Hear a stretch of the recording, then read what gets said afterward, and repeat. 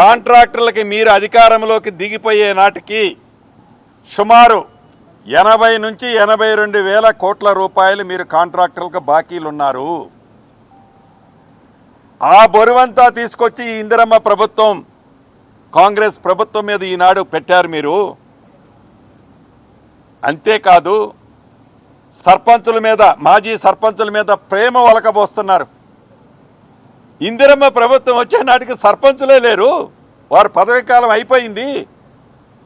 ఏదైతే ఈనాడు సర్పంచులకు బాకీ అని పదే పదే మీరు, మీ తొత్తులు, మీరు అసెంబ్లీలో మా బచ్చాగాళ్ళు ఉన్నారన్నారే, ఆ బచ్చాగాళ్ళు పదే పదే మాట్లాడేది కాంగ్రెస్ ప్రభుత్వం సర్పంచులను నిర్లక్ష్యం చేస్తుంది, బిల్లులు ఇవ్వటం లేదు, సర్పంచులను మోసం చేసింది అంటున్నారు. కాంగ్రెస్ పార్టీ వచ్చిన తర్వాత ఏ ఒక్క సర్పంచ్ కూడా ₹1 పని చేయలేదయ్యా గౌరవ మాజీ ముఖ్యమంత్రి గారు. ఆ చేసిన బిల్లుల పెండింగ్ అంతా మీ పుణ్యమే. రాష్ట్రంలో ఈనాడు వేలాది మంది సర్పంచులు ఎవరైతే ఇబ్బంది పడుతున్నారో తమర పుణ్యమయ్యా, అది కాంగ్రెస్ ప్రభుత్వం పుణ్యం కాదు. ఇక కాంగ్రెస్ పార్టీ గురించి ఈ 20-30% గురించి చెప్తున్నారు. డైరెక్ట్గా ముక్కుసూటిగా గౌరవ మాజీ ముఖ్యమంత్రి గారు మిమ్మల్ని 2 ప్రశ్నలు అడగదలుచుకున్నాను. మీది ఉద్యమ పార్టీగా మొదలై ఒక ప్రాంతీయ పార్టీగా అవతరించి ఒక జాతీయ పార్టీగా మీరు ఒక సర్టిఫికెట్ ఇచ్చుకున్నారు, సంతోషం, అది మీ పార్టీ. అయితే దేశంలో ఏ ప్రాంతీయ పార్టీకి లేనంత నిధులు సుమారు 1500 కోట్ల పైగా వైట్ డబ్బు మీ పార్టీ, మీ బీఆర్ఎస్ పార్టీలోకి ఎలా వచ్చాయి, ఏమి వ్యాపారం చేశారని మీ కుటుంబ సభ్యులకు ఈనాడు వేలాది కోట్ల రూపాయల ఆస్తులు వచ్చాయి. గుమ్మడికాయ దొంగ ఎవరంటే భుజాలు తడుకోవాల్సిన అవసరం లేదు.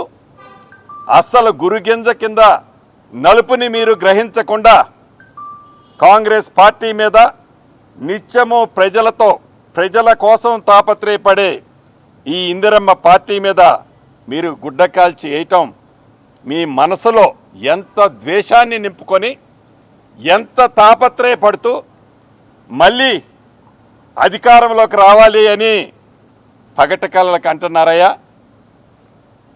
ఇంకొక విషయం, ఈనాడు అధికార పార్టీ ఆ సభను సక్సెస్ చేయకుండా ఉండటం కోసం అనేక ఇబ్బందులు పెట్టారు, పోలీసులు ఇబ్బందులు పెట్టారు, ట్రాఫిక్ అది ఇది అని ఏదో చెప్పారు. మీకు గుర్తుందా గౌరవ మాజీ ముఖ్యమంత్రి వర్యులు? ఆనాడు 2023 జూన్ 2వ తారీఖు నాడు మా నేత రాహుల్ గాంధీ గారు ఖమ్మం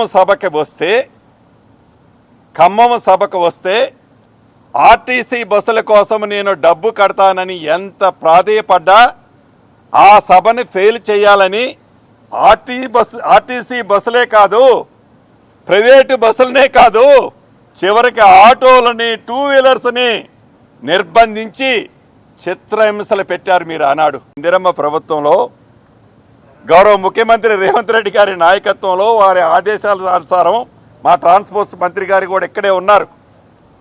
మీరు ఎన్ని బస్సులకు కడితే అన్ని బస్సులు ఇచ్చారు. ఎన్ని ప్రైవేటు వాహనాలు వస్తే స్వచ్ఛందంగా ఎక్కడా ఇబ్బంది పెట్టొద్దు. ఇది ప్రజాస్వామ్యం.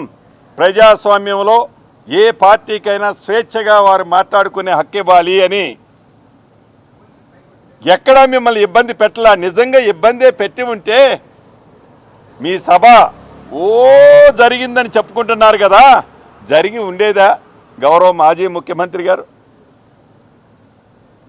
ప్రజాస్వామ్యాన్ని గౌరవించే పార్టీ, ప్రజలను గౌరవించే పార్టీ ఇందిరమ్మ పార్టీ. మీకు ప్రజల పట్ల, వారి పట్ల ఉన్న నమ్మకము, విశ్వాసం, వారిని మీరు ఏ రకంగా గౌరవించేది కూడా రాష్ట్ర ప్రజలకు తెలుసు. అంతేకాదు పోలీసు వ్యవస్థను గురించి మాట్లాడుతున్నారు, ఏదో డైరీలో రాస్తానంటున్నారు. ప్రజాస్వామ్యబద్ధంగా మాట్లాడుతున్నారు. ప్రజాస్వామ్యం గురించి మాట్లాడే నైతిక హక్కు, అర్హత ఉందా గౌరవ మాజీ ముఖ్యమంత్రి గారు?